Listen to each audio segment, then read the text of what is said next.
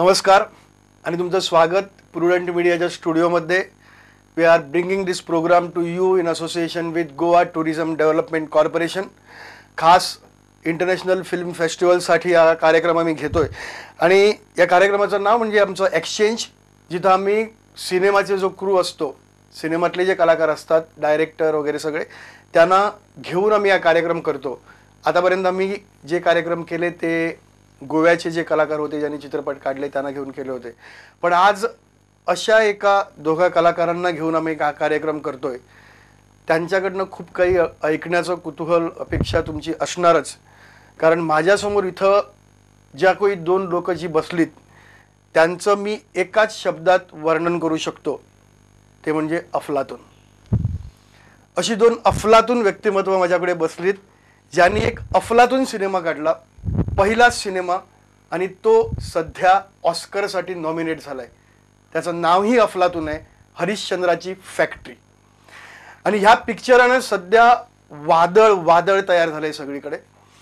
आणि या सिनेमाचे दिग्दर्शक आपल्यासोबत आहेत परेश मोकाशी, ज्यांची आता गेली 10 वर्ष वाटतं मला ते ह्या क्षेत्रात आहेत. पण मूळ नाटकामध्ये म्हणजे थिएटर अकॅडमी पुणेपासून त्यांचा प्रवास सुरू झाला. नंतर पृथ्वी थिएटरमध्ये आले आणि त्याच्यानंतर पहिला सिनेमा हा स्वतः लिहायचा, स्वतः त्यांची दिग्दर्शित करायचा आणि स्वतः निर्मितीही त्यांची.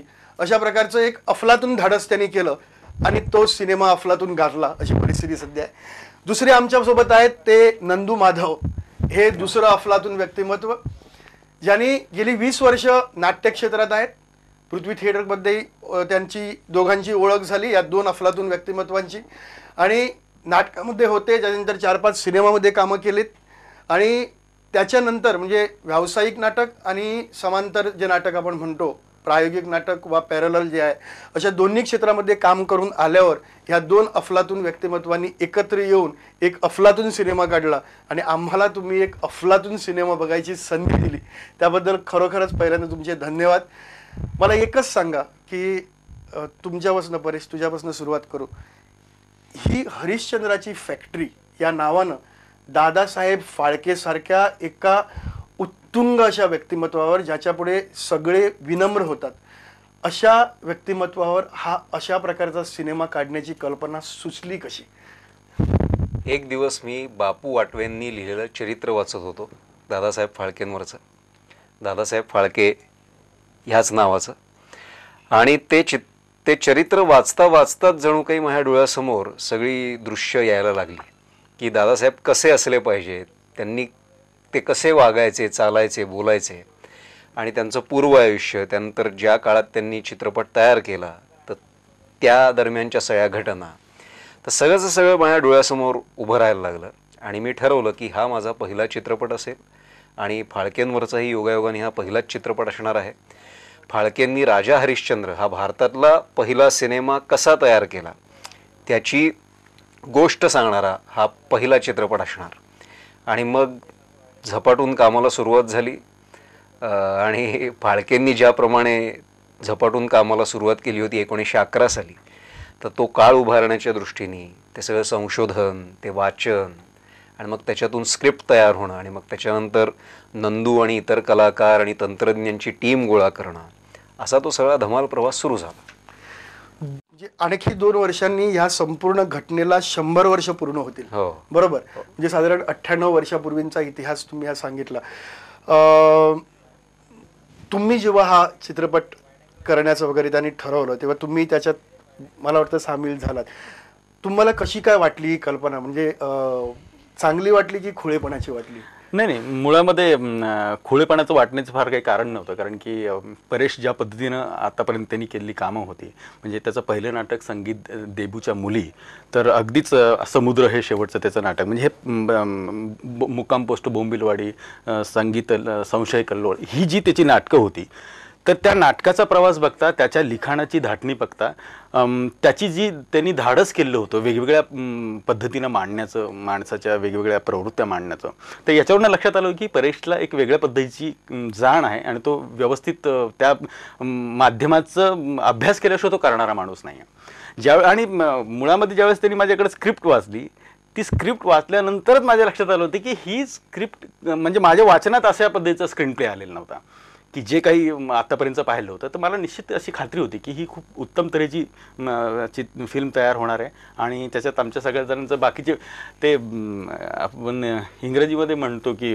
Birds of a feather flock together, तर तशी अख्खी टीम होती मग की म्हणजे मीन परेशच नव्हतो तर मग अमलेंदू चौधरी, आमची मृदुल असेल किंवा गीता गोडबोले असेल, बाकीचे कलावंत, नितीन देसाई, ही सगळी माणसं अशी वेड्यासारखी झपाटलेली काम करणारी माणसं होती. त्याच्यामुळे हे आव्हान स्वीकारायला फारसं काही जड जाईल असं नाही, पण त्याचा अभ्यास करणं आणि त्याच्या पद्धतीनं ते सगळ्यांनी त्याच्यावर रिसर्च करणं हे महत्त्वाचं होतं आणि ते मला वाटतं की सगळ्यांनी करण्याचा प्रयत्न केला. आता लोकांसमोर ती येते कलाकृती, बघूया. मला एक गोष्ट जाणून घ्यायची की नॉर्मली बघितलं आता दादासाहेब फाळकेंवर तसं चित्रपट कधी तयार झाला नाही, बरोबर. त्यांच्यावर डॉक्युमेंटरी कुणी करायला पाहिजे होती आणि नॉर्मली हा डॉक्युमेंटरीचा विषय आहे, फार महत्त्वाचा डॉक्युमेंटरीसाठी. नाहीतर आपण जर त्यांच्या आयुष्यावर जर एक चित्रपट करायचा ठरवला तर तो फार गंभीर स्वरूपाचा असा असेल, कारण ते व्यक्तिमत्व बाबा त्यांनी काढलेले, तुम्ही जे सगळे त्रास दाखवले, जो संघर्ष केला अथवा जी त्यांची सगळी मनोवृत्ती त्यांनी दाखवली, ही अशी वेगळ्या प्रकारची खुसखुशीत अशा शैलीतनं, म्हणजे आम्ही संपूर्ण चित्रपट बघताना नुसते हसत होतो आणि कुठेही असं जाणवलं नाही की म्हणजे एकदम असं सिरियस होण्यासारखं, असं सेंटिमेंटल होण्यासारखं असं एक दोन प्रसंग सोडले तर असं जाणवलं नाही.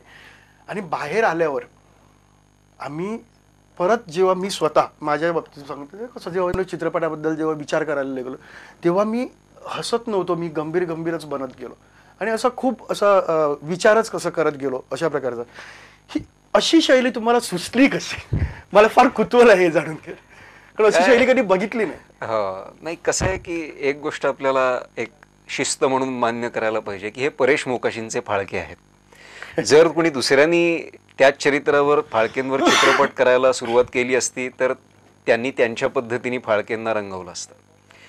आता हे ठीक आहे, हे मान्य करूनही असं म्हणावं असं वाटतं की ज्या प्रकारे त्यांच्या चरित्रातून घटना तुम्हाला कळतात त्यावरून एक अत्यंत शास्त्रीय किंवा तर्कशुद्ध पद्धतीने विचार करता फाळके कसे असावेत ह्याची उत्तरं तुम्हाला मिळत जातात आणि त्यानुसार परेश मोकाशींना मिळालेली उत्तरं ही अशी होती आणि त्यांच्यासमोर उभे राहिलेले फाळके हे असे होते जे शास्त्रज्ञ वृत्तीचे, अत्यंत विक्षिप्त पद्धतीचे आणि विनोदबुद्धी जागृत असलेले आणि समस्यांवर हसत खेळत मात करणारे. हा सगळ्यात मोठा गुण होता त्यांचा. ते कुठेही तुम्हा आम्हासारखे प्रत्येक अडीअडचणीला गंभीर झाले नाहीत, खूप तात्विक विचार करून पुढचं पाऊल त्यांनी टाकलं नाही.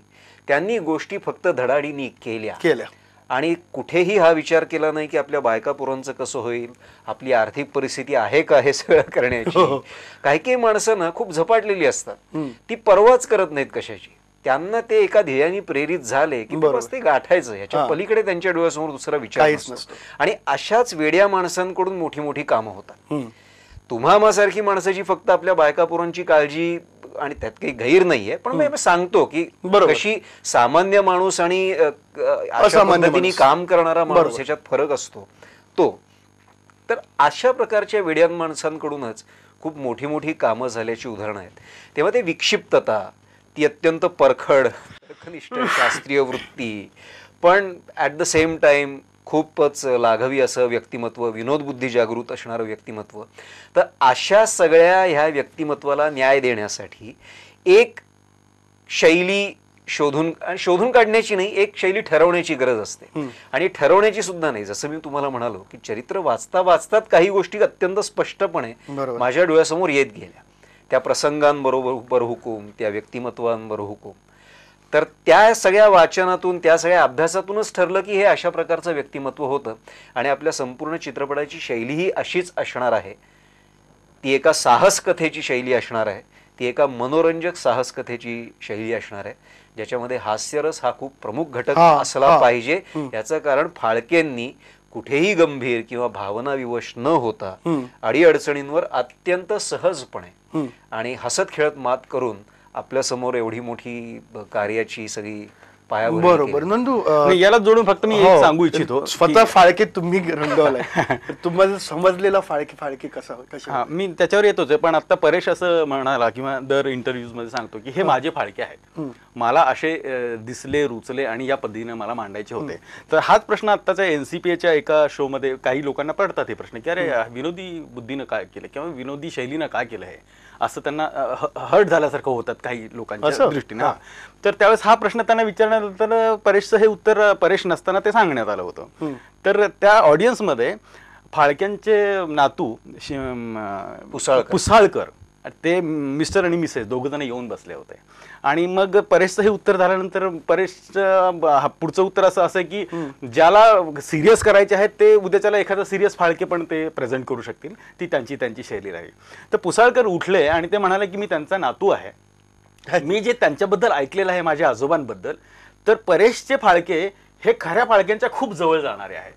म्हणजे मला वाटतं की ही फार मोठी पावती आहे परेशला, सर्वात मोठी पावती. हा, परेशनी त्या पद्धतीने विचार ते ऑथेंटिकली आलं. हा, पण आता माझा मुद्दा असा होता की मी फाळके रंगवताना हा असा तर खरं ते फारच जिम्मेदारीचं काम होतं. कारण मराठीत आपण म्हणतो की इकडे आड तिकडे विहीर आणि मधून तुम्हाला जायचं आहे. कारण परेशचा जो घेतलेला नेहमीची पद्धत जी आहे ती फार सोपी आहे हो करायला. म्हणजे मलाही कित्येकदा वाटलं की त्यात 4-5 प्रसंग असे आहेत की मी हमखास आता इथे लोकांना रडवणार, भावना इथे माझ्या कॅश करणार आणि अशा पद्धतीने मी त्याचं रिअल्स किंवा डोक्यामध्ये ठेवलं होतं. परेशनी त्याला पूर्ण म्हणजे छेद देऊन की नाही हे आपल्याला असं करायचंच नाही. अच्छा, त्याचं नक्की ठरलं होतं की तो हास्यरस आणि किती तो उल्हासित आणि त्या वातावरणात करायचा आहे. तर तिथे आमची 1-2 ठिकाणीच फक्त आमची त्याच्यावर खूप खल झाला, बोलणं झालं अगदी सुरुवातीच्या 2-3 दिवसांमध्ये. पर्टिक्युलरली तो सीन तुम्हाला सांगेन की ते जातात लंडनला आणि वर चढून पायऱ्या येतात आणि बायकोच्या कानात बोलतात हे सगळं तुझ्यामुळे घडलं. एवढं साधं एकच वाक्य. बरोबर. ते वाक्य मी काही करायला तयार नव्हतो. म्हणजे मी म्हटलं की अरे मी चाललोय आता, मी मरणार जगणार माहित नाही, आम्ही दोघं जण, मी रडतोय, ती म्हणते की ठीक आहे जपून जा किंवा वॉट एव्हर तिच्या भावना. तो नाही रडणार वगैरे कोण, अजिबात रडणार नाही. मग विभा म्हणाली की नाही मी तर रडेल, कमीत कमी बायको म्हणून मला तर वाईट वाटेल की आता हे येणार की नाही परत, मूल आहे पोटामध्ये, म्हणजे उद्या ते बघणार आहेत की नाही, अशा सगळ्या त्यात समस्या आहेत. परेश काही म्हणत होता, आम्ही 5-6 जण आम्ही सगळे मित्र आहेत, अमलेंदू चौधरी आमचं नाही करायला पाहिजे थोडंसं इमोशनल वगैरे असं वगैरे आमच्या सगळ्यांच्या गप्पा त्याला 2 ते 3 तास त्याच्यामध्ये आमचं सगळं चाललं होतं. मग परेशला मी हे करून दाखवे, परत थोडासा स्टे करून असं, तर डोळे असे का करतोयस, नाही म्हटलं परेश तू करून दाखव, मला काही जमत नाही. परेश आला, खाली उतरला, वर चढला, कानात बोलला आणि निघून गेला. ऑडियन्स म्हणून मी तिथे कन्व्हिन्स झालो की अरे हे हे हे हे बरोबर, म्हणजे ह्याच्यात सगळं येतं म्हटलं. नाही त्याच्यात सगळं आलं, बघताना जाणवलं. तर मला वाटतं की मग ती शैली आणि ते बॅलन्स पकडून मला सतत काम करावं लागलं. जरा जरी मी हातवारे माझ्या स्पीचमध्ये बदल केला असता तर सगळं कॉमेडी आणि फार्स होऊन बसला असता. इकडे जर दुसरीकडे विहीर अशी होती की तिकडे जर थोडंसं मी गंभीर केलं असतं, ते त्याचं डॉक्युमेंटरी किंवा खूप त्याच्यात सिरियसनेस येऊन ते गंभीर असं होऊन गेलं, फार कौटुंबिक जिव्हाळ्याचं हृदयस्पर्शी दोन्हीच्या मधल्या याच्यावर मला तो ट्रॅक घ्यावा लागला होता. त्यामुळे त्या प्रत्येक सीनला किती शब्दांमध्ये याच्यामध्ये वजन टाकायचं आहे हातवाऱ्यांमध्ये ते ठरवून किंवा तसं डोक्यात ठेवून करताना ती जरा कसरत होती. एक परत आणखी एक म्हणजे क्युरिओसिटी आहे मला जाणून घेण्याची. सिनेमाच्या तंत्रज्ञानाचा कसलाही अभ्यास नसताना ह्या असा सिनेमा करण्याचं धाडस तुम्ही केलंच कसं? फाळकेंमुळे.